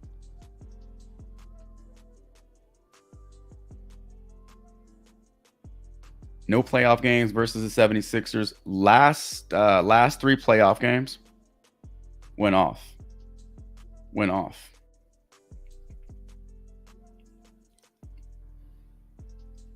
Remember, Julius Randle struggled big time last series, right? Ankle injury or whatever he had. He was out, then he started, then he was sit because he wasn't healthy. It was a mess. And Brunson really just took it over. There is no Randle this playoff season. So I don't know what to expect from Brunson. Does he just start off like this? That's why he's scary to me, because I never know what to expect from this guy. And he can flip the switch real fast. But if you do want to play the under on it at 42.5, you do have some support from the books, and it's the highest line right now. So here's your chance. And if it does hit and your slip hits, then you're going to get the payout boost because it is a star prop. All right. We'll screenshot those. Boom.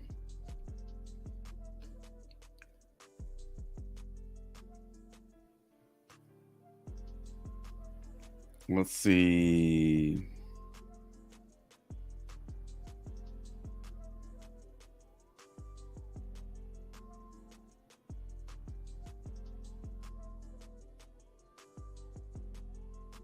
What I miss? Let's see. They do, man. Jalen says,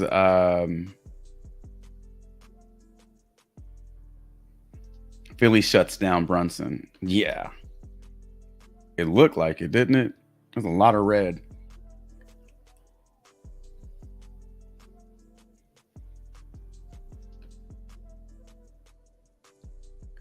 You heard it first on the stream. Jalen's calling it, man. Under Brunson, selling hard today. Divine says, how do you feel about Banchero, 22 points? Ant, 30 points. And well, we just talked about Anthony Edwards, demon prop. So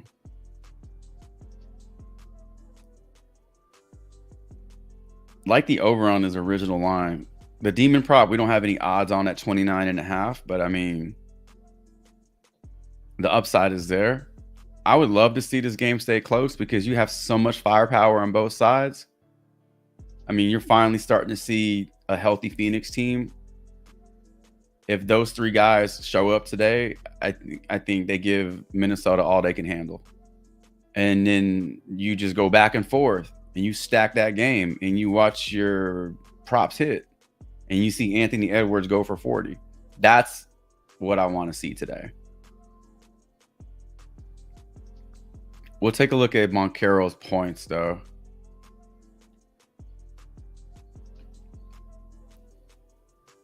I just feel like Jokic is going to get a triple-double or near. So that RA for him, no way. MPJ and Murray get RA too. With Gordon, just don't see it. I mean, we've seen Jokic grab triple doubles and other players because typically Jokic's triple doubles aren't huge. You know, he's not going for 40, 20, and 20, although he can. There is a little room to eat for other players, but yeah, it depends on who else you're playing. Like if you're high on Michael Porter Jr. and let's say you want to play Jokic triple double, then you got to start getting realistic. And it's like, okay, like how much more room is there for production if those 2 guys are going to eat? I think you have to play that because the whole team is capable. Those 3 guys are capable of putting up big numbers. You know, whereas like in Cleveland, you know who's going to eat and try to eat the most, and that's Donovan Mitchell.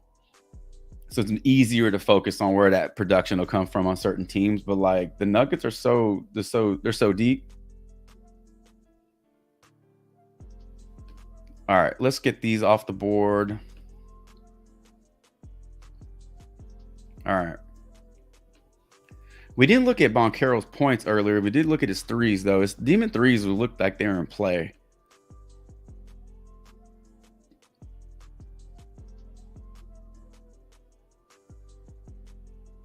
Hartenstein under fantasy points. Okay.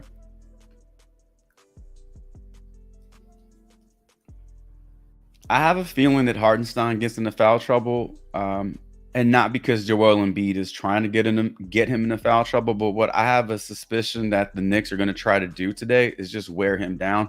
Like we saw that with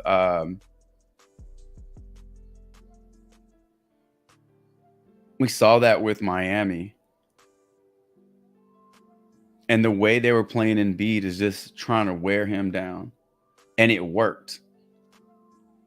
And now you have a much bigger front court in New York, and you got expendable bigs. If Hardenstein gets into foul trouble, it's not the end of the world. I mean, you got Mitchell Robinson and vice versa. So I wouldn't be surprised if we see some physical play, and if they happen to get into foul trouble, it's cool. If they wear him down and Embiid is getting frustrated and they're making it tough, then they did their job. So if Hardenstein gets into foul trouble, then he's definitely going to stay under 30 fantasy points. Jalen, 30 got bumped up.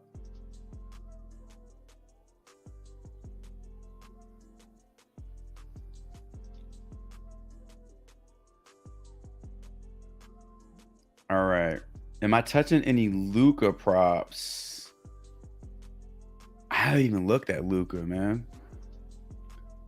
Devon says too much RA, you know. Yeah. No, I got you. Like, there's only so many rebounds and assists to go around. Like, if like I said, I think it depends on if you feel Jokic, what kind of game you think Jokic has. If it's one of these monster triple doubles where you're getting 25, 18, and 19, something like that. It's not that other people can't get assists, but if he's dishing out that many assists, that means a lot of people are scoring. So if they're scoring, they're not dishing out assists. So you have to figure out the narrative of this game. Like, what's that story look like?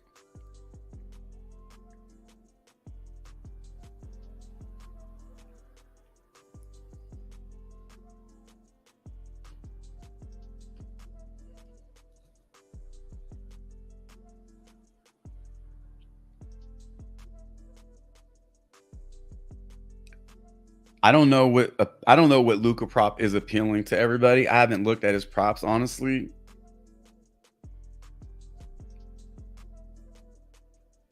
Three-pointer made.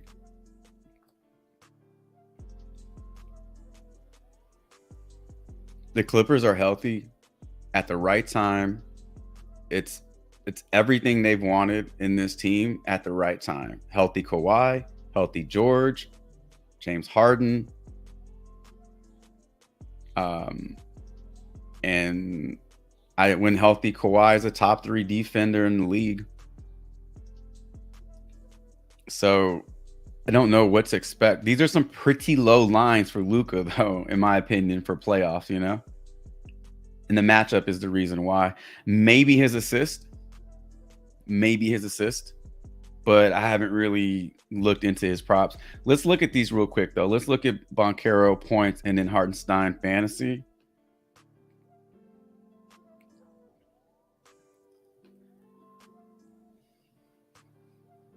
So what we'll do is we'll look at his numbers against New York, against Philly.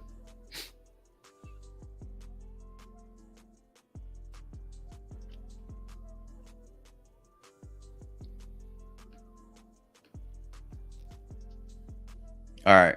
So we'll look at his numbers against Philadelphia. A few of these games, Joel Embiid wasn't even in the lineup. Not going over PRA.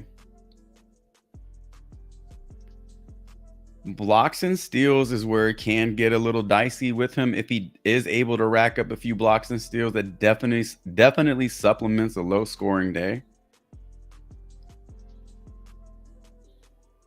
Turnovers are there. No, they're not. Let's see if we can check out games played against the 76ers with Embiid in. So in the last 10 games against the 76ers, with Joel Embiid in the lineup, Hartenstein has gone over points in just one game. He crushed here, averaging 7 points in those games. I understand that these games are with Mitchell Robinson and Julius Randle, but the sample size is what it is. If we start getting like super granular with this shit, there's no sample size. I'm just trying to get an idea of how he's performed against Joel Embiid. 7 points, 7 rebounds. That's 15.2 fantasy points. That's 3 points from assists. That's 18 fantasy points.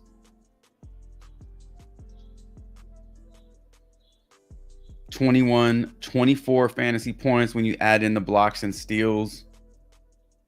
23 fantasy points. So against Joel Embiid, his numbers aren't great. I think 30 is a little high. If he gets into foul trouble trying to slow down Joel Embiid, if Joel Embiid is actually just in better condition for this game and he's a little bit more rested and he can fucking jump. I mean, he had like a 3-inch vertical last game. If he can actually move and not lumber around the court like Shaq when he was in Boston, this might be a bad game for Hartenstein.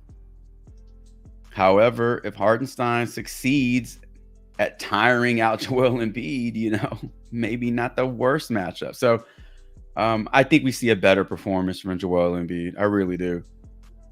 He's had a couple of days off to rest. Foul trouble for Hartenstein is a thing. I mean, he fouled out here. That's not a foul out, but you start drawing 4 fouls. Depending on when you're getting these fouls, you're sitting. Like, you pick up 2 fouls in the first quarter, you're done for the first quarter. You're not coming back until mid-second quarter. Boom, you pick up another foul, sit your ass down. Then you come out in the third quarter and pick up your 4th foul, you're done for the third quarter. If it's happening like that, then Hartenstein is seeing how many minutes in these games?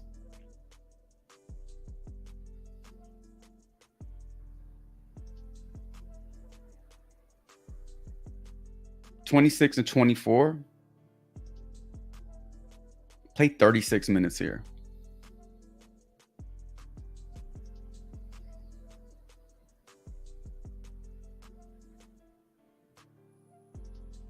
I wonder if I can do this. Yeah. So play 36 minutes in this game against Joel Embiid, but with no Mitchell Robinson. There is a Mitchell Robinson today. So I don't think we see 36 minutes from Hartenstein today. I think the under on his fantasy points does make sense.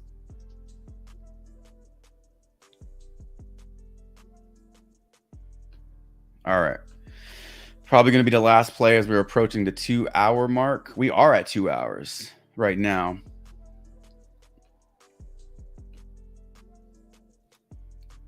If you're just joining the stream and you're like, why are you jumping off so early?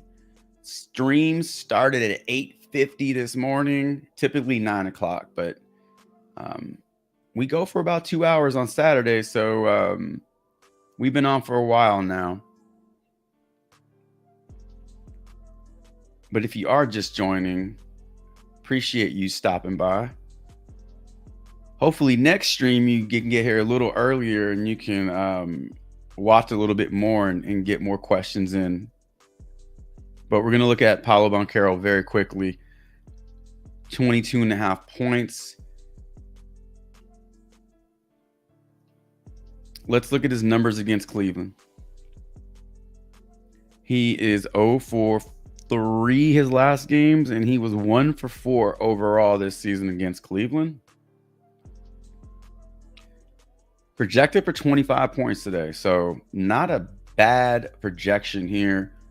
FanDuel likes the under. DraftKings, man, they are not giving him any love. In fact, the only book that likes the over, and by a smidge, is BetMGM, because they're also giving him -125 to the under. Those are funky ass odds. Those are some funky ass odds. fucking dirty odds. Red beans and rice, dirty ass odds. Yeah, I don't know what to think about this one. If you have an angle on why you think he goes over his points today, let me know. But from what I'm seeing, the matchup is gross. Cleveland's a good team. They have a big front court. We already talked about that. Aside from his projection grading out well, the odds don't like him. His game log against Cleveland is on the wrong side. I'm not going to pay attention to how he finished last 10 games and all that stuff. But if you want to take a look at that, he is 5 for 5 over his last 10. We did look at his three-pointers, though. Power forwards against Cleveland have been crushing their three-point prop. Now, power forwards in general versus Cleveland, JT Thor put up 20, 19 for Siakam. There aren't too many guys in this list of power forwards that you can compare to Paolo Banchero, right? I mean, he's more skilled than Aaron Gordon. Taylor Hendricks is not the same guy, but he did put up 18.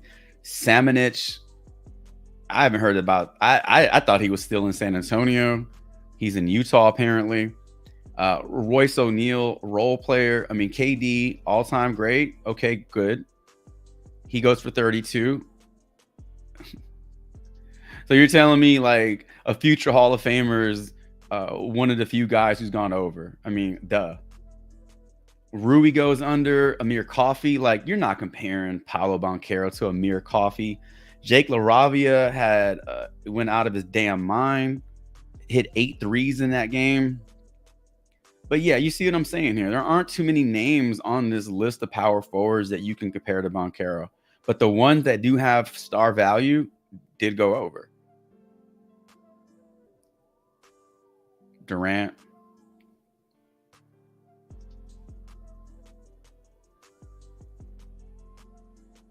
That's it, just Durant. In terms of starters getting big roles, yeah, this doesn't really tell us anything, basically. So all we know is that you can score against Cleveland, but not too many of these power forwards are going over 22.5 points. They might be going over their little bullshit 8.5 point prop, but they're not going over 22.5 points. So it's kind of hard to get a read on what Cleveland is allowing in the regular season. We do know for a fact that he's going to get big minutes today. We do know for a fact that he is going to attempt a shit ton of shots today. If he gets you 19 to 20 shots to close out the regular season, he was 40% from the field. If he gets 20 shots up, that's what, 9 made. That's 18 points right there. If he does hit his threes today, that's 20 total points right there. He's getting very, very close to the over on his point prop based off just what he's been doing over his last 10 games. And a lot of these games, he shot the ball pretty bad. 7 for 24, 10 for 26, 10 for 24. Those are not that great of averages. 6 of 17. If there's a bit of improvement here for him and he gets you 20 shots, it looks a hell of a lot better for him to go over this line. So very, very long-winded way of saying I don't know.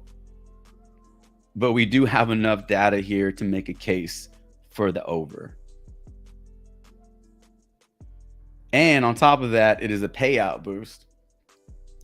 And if you want to get really risky, then you play his over on his points and you play the over on his demon three-pointers in different slips. And hopefully the three-pointers help him go over points. And if they do hit, then you're making profit on some payout boost here. So you could try doing that.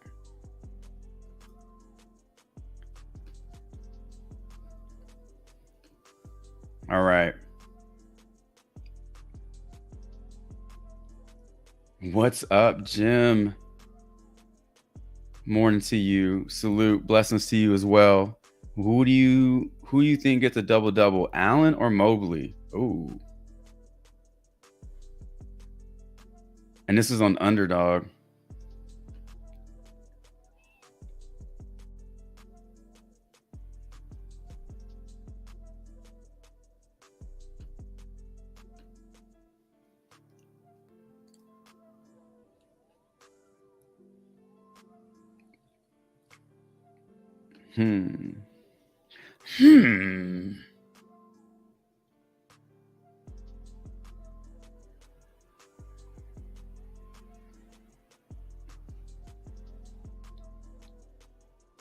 I want to say Jared Allen. Because to get a double-double, you don't need a big game. You need a pretty adequate game from a center, which is just 10 and 10, right? The history for 10 plus rebounds is much better for Jared Allen. And as you can see, I mean, there are a lot of games where he is scoring close to 20 or more. But in every single game, he's getting you 10 plus. So what I'm looking at here is a ceiling of like 30 and a floor of 12. And anywhere between that gets you over points. So he's not falling below 10 too many times. So I feel like he's basically just he is a double-double, right?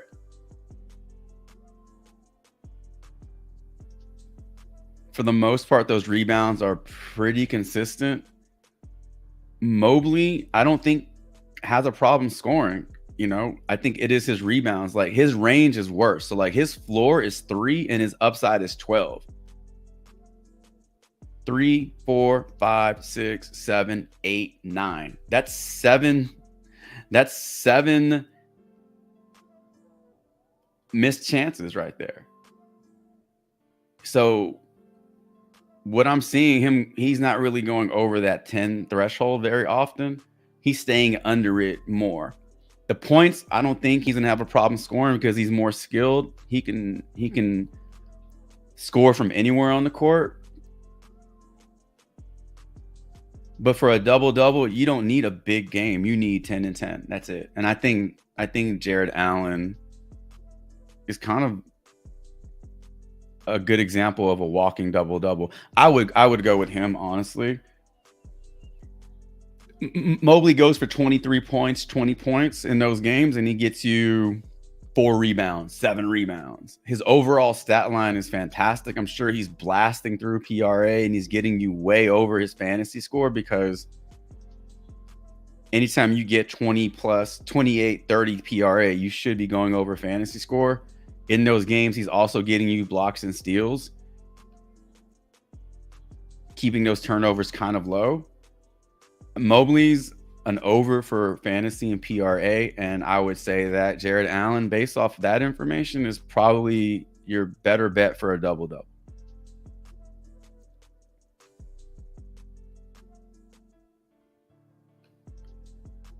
Double dribble. All right. Ladies and gentlemen, that is going to do it for today's live stream.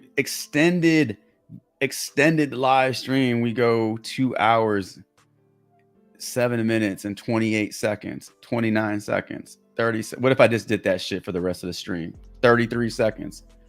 Very long live stream. We answered tons of player props in the chat. We have a total of 4 playoff games today. Tip-off is at noon in 1 hour. I got to get on some slips. I got to try to do something. Cheat sheets have been produced. My one slip is in the Discord. Tomorrow, no live stream tomorrow. We do have 4 playoff games tomorrow. First one tips off at noon. Celtics hosting the Heat. Fun week. Enjoy the weekend. Enjoy playoff basketball. It is a full day of sports when you also include golf, when you also include the MLB, when you also include Stanley Cup playoffs start today, Islanders and Hurricanes at 4, Maple Leafs and Bruins at 7. I mean, you got NHL playoffs, NBA playoffs, If you're a sports fan, it's a good time. It's a good time to be. It's a good time to have not died in your sleep last night. If you're a sports fan, so enjoy it. Enjoy your day. We'll be back on Tuesday morning, 9 a.m. for a live stream. So no live stream on Sunday, no live stream on Monday. So hopefully Tuesday we have plenty of profitable slips to talk about. Hopefully not too many turds, not too many sells over the weekend, but I'm sure somebody at some point will piss us off, and we'll have at least one turd to talk about on Tuesday. But enjoy your weekend. Enjoy your 420 today. I will be back on Tuesday, 9 a.m. with another Player Prop Talk live stream. Best of luck to each and every one of you. And until Tuesday's live stream, Chavez is out.